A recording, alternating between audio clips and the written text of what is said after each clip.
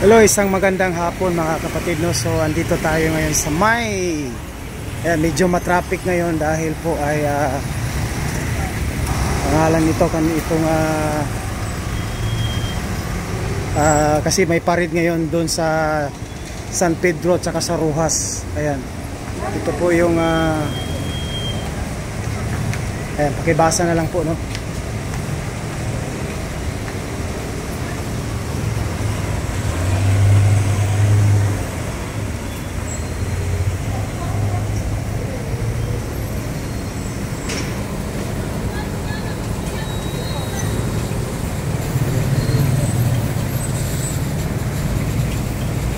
So pasok tayo dito sa Grand Minsing Hotel.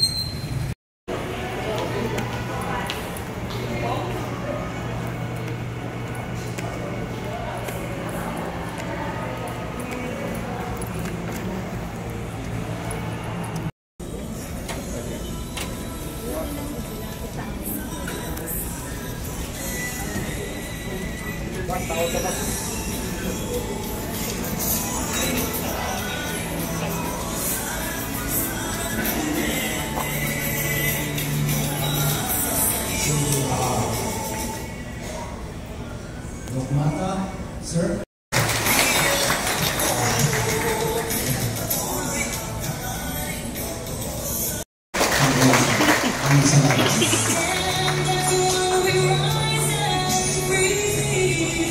Maraming salamat, Colonel. Lapakan natin si Colonel Rizalde sa Lumbangon. Sabi ko po, full of surprises lahat dito. Ako nga, na-surprise akong mag-MC. Na-surprise ako sa ating mga guests at syempre sa ating founder na rin. Upang i-present sa atin ang pagtutulong po sa ating movement for the information of our guests. Noong nag-umpisa ito, alam ko, pagkakaalam ko, kunti pa lang sila. Mabibilang pa lang sa kamay. Hindi pa aabot ng 10. Pero ngayon parang hindi na mabilang sa kamay. Ulit-ulitin mo na lang talaga, no? Wala pa natin ang ating mga solid Duterte. Group natin sa ibang lugar. Okay, tatawagan natin ang nagsimula noong umpisa pa lang kahit kay Tatay Digong. Siya yung isa sa grabe ka-active nang nanawagan siya patakuhin si Tatay Digong bilang presidente ng Pilipinas. Dahil sa panawagan niya, ano ang nangyari? Naging Pangulo si Tatay Digong. Tama? Oo. Mga kaibigan, sa pagkakataong ito, ating tawagin, palakpakan mo na ito, lahit na kunding nga senaryo nga iyang sugdan. Kay mura, grabe yun ang pikas lawak kung mulabay o sana sa atong vice presidente. O nadili na lang yun nato na pwede kapungan si Inday Sara kabalo na yun ta dako kayo tsansa nga musunod na presidente sa Pilipinas sa Pilipinas. Inday Sara! Inday Sara! Inday Sara!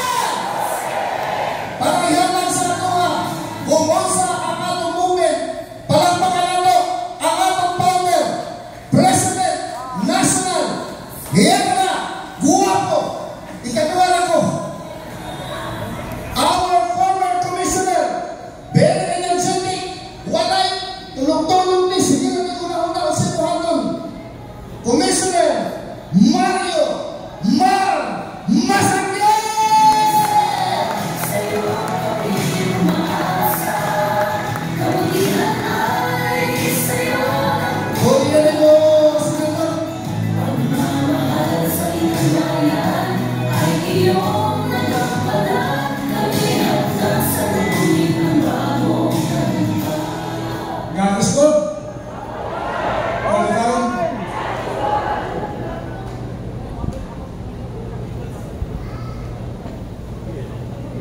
sobrang interaksyon ni si Ruben Gonzaga muli ang dulit program sa radio sa TV at tuloy kong agree ka dito. Ano si Ruben? Dati po ni Pinoy Big Brother. Mana si Ruben Gonzaga. Ben, tinong niya. Asa ka, Ben?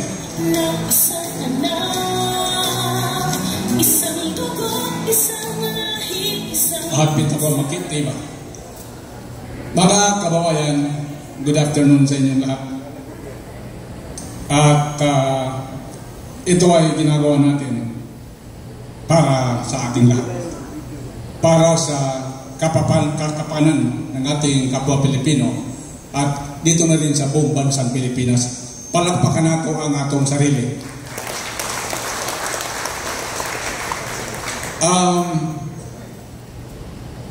Medyo masaya dahil Mindanaway tayo. All over Mindanao ay nagkaisa sa ating panawagan. At sobrang masaya tayo.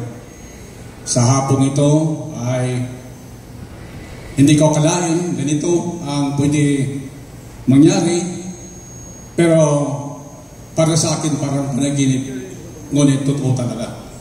Ang ating mga panahing sa hapong ito, unahin muna natin ang mga bisita galing sa Manila.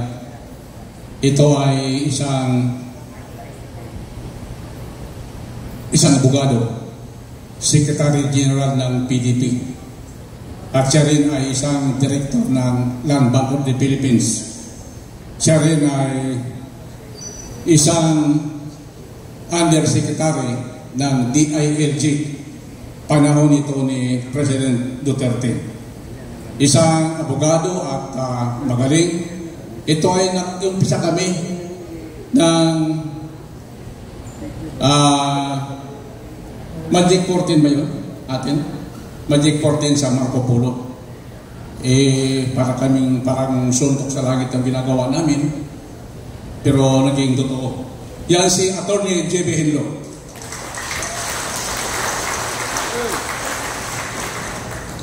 Tumakbo yan.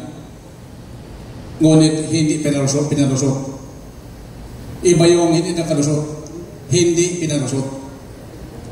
So, yan si Atty. J.B. Henlo from Visayas, Western Visayas sa Bacolod. Tama ba? Negros Occidental. Akin, Atty. J.B. Henlo, palakpakan natin. Ang Assistant Secretary ng Department of Tourism panahon ito ni President Duterte. Ito ay from Cebu, si Asik Daniel Mercado. Lapakan natin.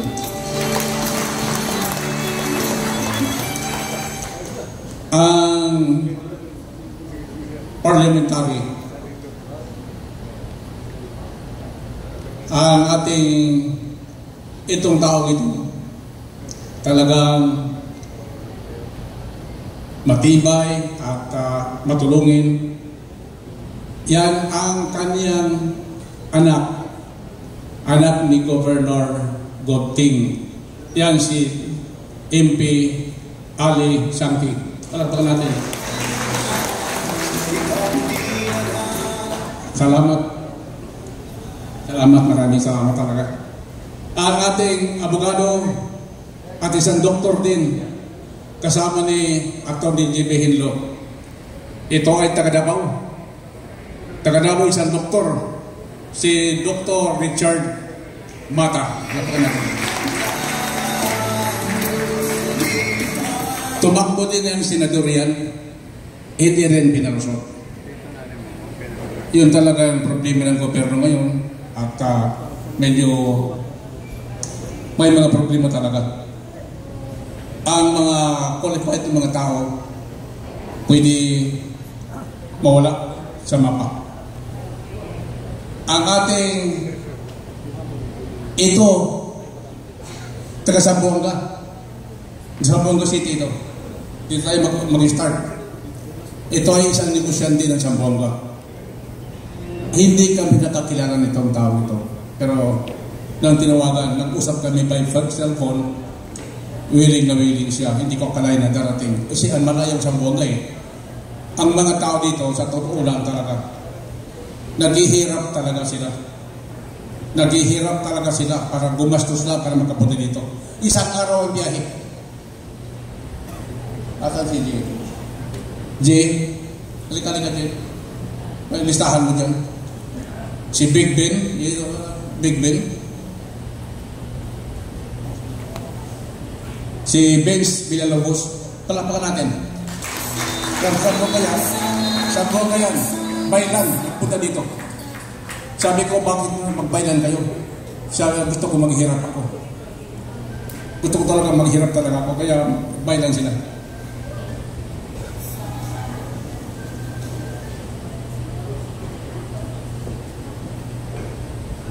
Mahirap maggamit ako ng telescopic. Kasi alam nyo, matagal tayo dito sa ginagawa natin. Pero hanggang ngayon, gagawin pa rin natin. Si Attorney Maginsa, Attorney, good afternoon. Attorney, welcome, Attorney. Another from Dato Upi, isang abogado rin. Abogado Ruben Laton. Palapakan natin si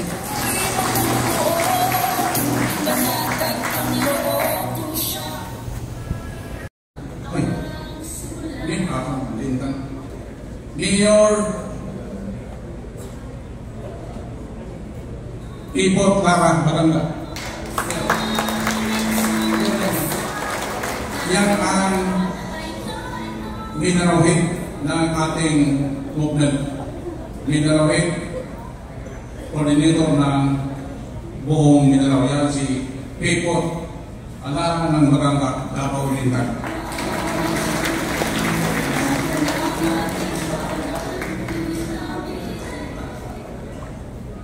Mayor Relina Manto Apan.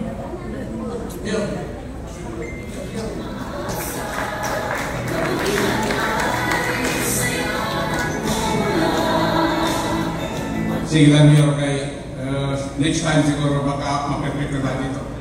Kahit na si perfecto yasay, pagkaigi ako. Okay na ba ito na? Okay. Okay. Magsabot na sa amin na ako.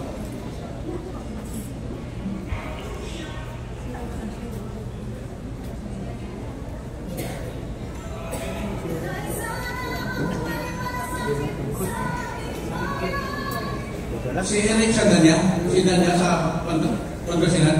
Asan si Eric? Eric? Hindi mo naman kita, Eric. Pakita yung lang, Eric. Pangasinan.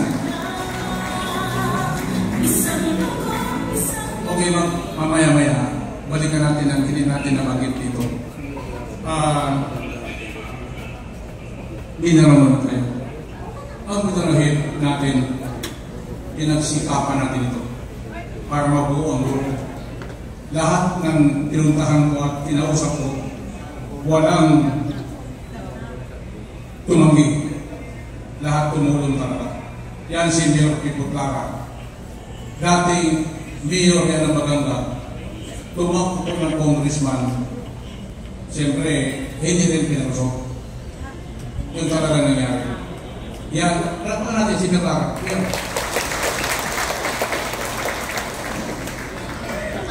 Ang ating Region 9, mag-umpisa tayo sa Region 9. Ang Region 9 ay ang Zamboanga, ang Dipolo, Coloslo. Yan si former Colonel o General Binang Adjeret. Pakita mo. Huwag mo mahirap. Ang Region 10,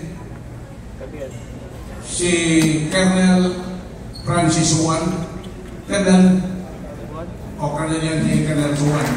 Region 10 yan. Galing yan sa Orikita City. Ang Region 11, kanyan dyan si Mr. Danny Lopez. Pakita yung pakita. Region yan. Region 12, yan si General Santi Salimano. General, okay, kung tawag yan. Yan. Caraga Region, Butuan, Surigao, at ibang lugar. Yan si Arne Plaza. Pakita yung Arne yan. Simple lang yan. Maraming tao yun. Ang karaang bar, nandiyan ang dating provincial board member ng Maguindanao. Yan si Bong Lidasan.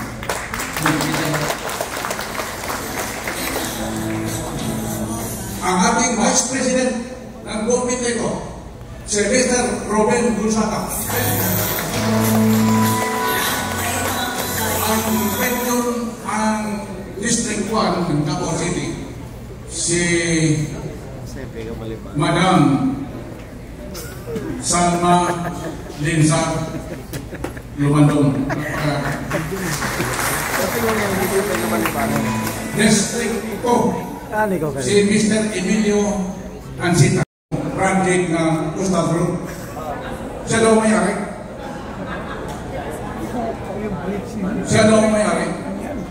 Walang yan taong yan. Bakit naman magano siya na? Hindi mo sa kanya yan. Sa Duterte yan, na project na yan, ang Coastal Road na yan, para malaman ninyo, wala pang Marcos, Duterte na yan. Pati yung Samal Bridge ngayon, yun din, ilangin ni Bongbong Marcos. So, kung tingnan mo, ang atin lang dito, huwag naman ang kininyong hindi inyo. Ayan naman kayo. Hindi gano'n na hindi ating proyekto, tapos ang kininyong yung proyekto na yan, tulad ng Coastal Road. Public yan, alam na public yan, na hindi yan kay Marcos na project. Project yan ng mga project yan ni Presidente Duterte. Yan talagang dugo. Huwag pa natin ang project. Alam nyo, hindi ko man ito gagawin. Kasi kami ni Atty. Hindo, tapos na kami kay Presidente Lapi. Nag-selfie na kami. Pero nakita namin ang Pilipinas. Alam ninyo, hindi natin pwede sabihin sa inyo. Kasi alam na ninyo anong nangyari ngayon.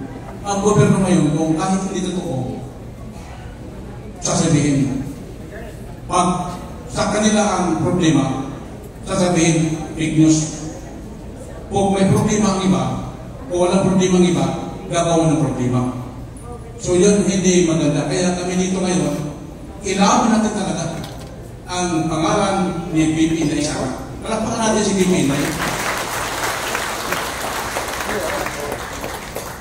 Kunti lang lang kasi marami pa mga sasalita.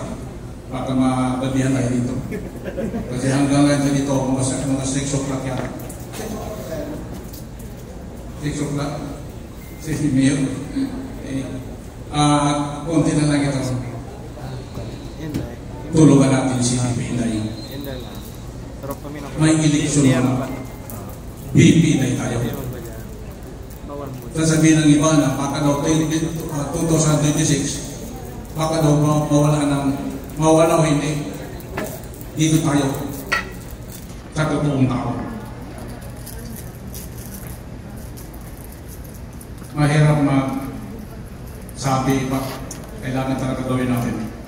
Ito na ang ating pagkakataon. Wala na ang ating Pilipinas. Bagsak na ang ating Pilipinas. Kaya dito tayo. Hanap tayo ng magandang paraan para magkaroon tayo ng bagong leader.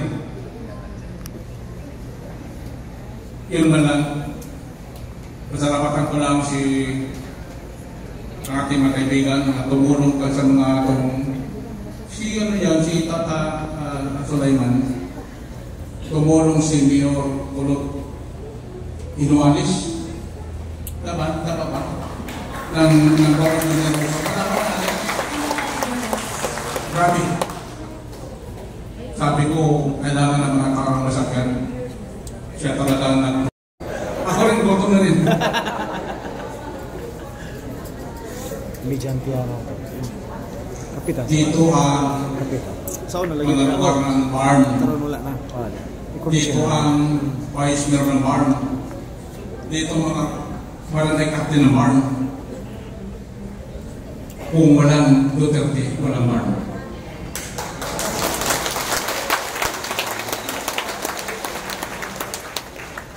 Kayong taga-barn. Ako, siyempre dadat ng komisyoner. Siyempre na lang ay utang na loob. Pero nakita ko talaga na lahat ng taga-barn, ginawa ang barn. Nandyan si President Duterte. Yung talaga. Kayong mga tao na tinulungan ni President Duterte dati, lumabas na kayo. Huwag kayong magtago. Tumulong tayo. Hindi pa talaga tumulong na para kay BPI, para sa mga Duterte, kundi tumulong tayo para sa ating sariling pamilya, sa ating mga sariling buhay. Yan talagang gawin natin. Kaya ngayon, kayo, kailangan matakak ang Inday sa Duterte po, President 2016 movement. Kailangan masaya. Kahit mo ng eleksyon, laban tayo. Kailangan ngayon may BPI dahil nakatabi. Talawat ka ng bating ko sa kanya, tira sa kanya, banat sa kanya. Dito tayo. Walang siyang kasahan. Tayo lang. Mga taga-Mindanao, mga Pilipino. Yung iba dyan, alam ko na mayroong tinulungan, pero ngayon, ako na. Mayroon din dito mga advisor ng ngayon, ng presidente, advisor dito, mapapansin nila yung mga mahirap, yung mga milyonaryo, yung mga mahirap, tulad ninyo. Hindi kayo pinapansin. Yan talaga mahirap ng tao. Kailangan tayong magtulungan mula ngayon. Kasi ang nagtayang dito, yung ating mga future natin, future ng mga anak natin. Kailangan natin ang tulong ninyo. Huwag lang yung sabihin na ako. Madali sabihin, ako, puro Inday. Anong pray ba natin? Kailangan tayo kikilos tayo. Huwag yung parang sinabi na gusto ko si Jesus Christ, pero hindi ka nasimba. Okay, di ba? Ngayon, may nagsabi sa akin na, Commissioner, kahit ano mangyari, Inday kami. Sabi ko, anong pagbasihan natin na Inday kayo? Kumilos kayo, tumulong kayo sa movement, para tayo magkaisa. Yan ko nakatulong. Kaya ito ngayon, ano ko lagi ito kasi Mindanao ito, marami pumunta dito na tutulong daw. Ako hindi ako kandidato. Ayaw na i-candidate, but gusto ko na talaga na makatulong tayo sa isang tao. May nagsabi na, ano daw, takbo ako ng mayor, takbo ako ng congressman, takbo ako ng second na lang yan, gate na lang yan. Pag-usapan natin yan. Ang mahalaga muna, pag-usapan natin paano manalo si Pipinay sa harap. Palapakan natin si Pipinay.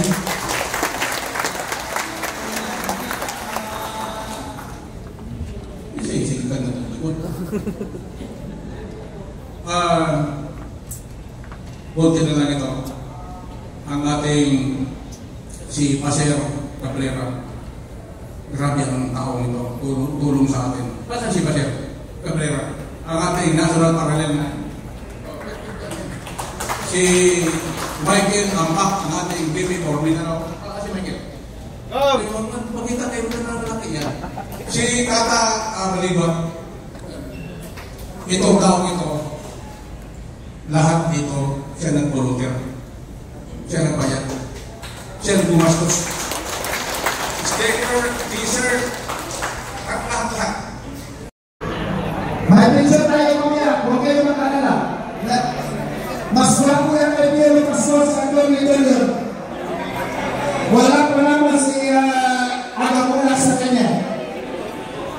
Paupuin niyo muna, baka mapakot yan. Okay.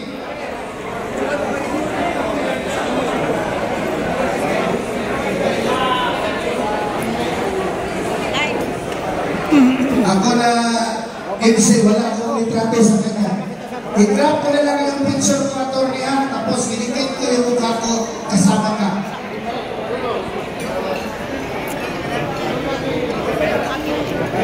Wala eh. Hindi na lang maisa. Hindi ang kasiluhan. Dahil, mga kaibigan, supporters group, Inday Sara 2028 Movement Nationwide. Oh, coupon lang ko, no?